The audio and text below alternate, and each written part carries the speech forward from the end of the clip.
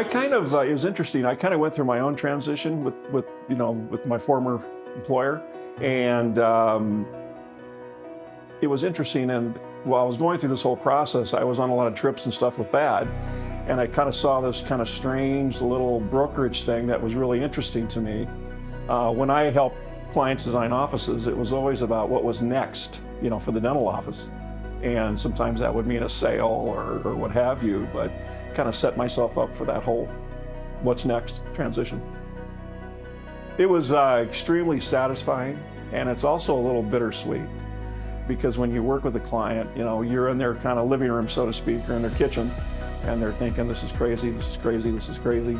And you see it through to the end, and then you kind of give them this, big bucket of cash. But it's not always just about the jack. It's always also about a legacy. That's what a lot of my clients, because a lot of my clients are living in the community, and we're in a rural state. A lot of those clients will be in that community for many years to come, and want to make sure the practice is in good hands. That's what's satisfying. I think the big thing, especially in our neck of the woods, rural areas, is that we're there. We're on site, we're in the office. If it's a local client, I'm at their beck and call. I'll meet them evenings, weekends, whenever it takes to get the deal done, so to speak. But we're there, we're listening.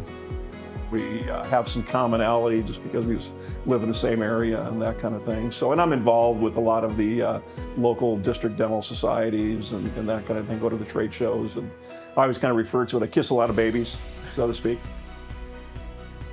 We are dental people. We don't sell Dairy Queens, or we don't sell bars or gas stations. We strictly specialize in dentistry on our side.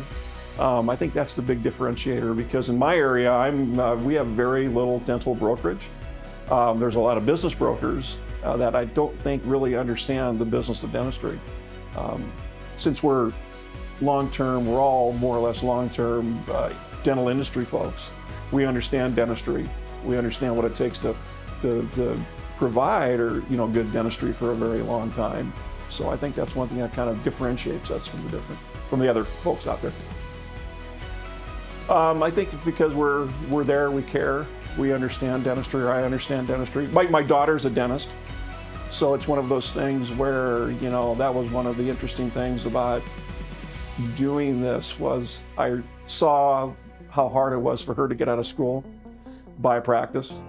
And I knew a lot of dentists, and I thought, I can sure help people out, and so I really approached it from the perspective of handing off this medical venture to the next generation. And I think that's the thing that really is important to a lot of the older dentists, is that it's not so much about getting as much for it as making sure that it gets into the right hands. And I always tell them that, they have total control. They always get to pick the who and the where and the how and the why. And that's what's really important to them too, is that I think they want to know that they have control for what's next for them.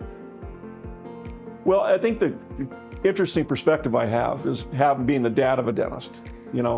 Here's a kid that spends, $400 grand, gets out of school and doesn't have is just sort of learning her craft, so to speak.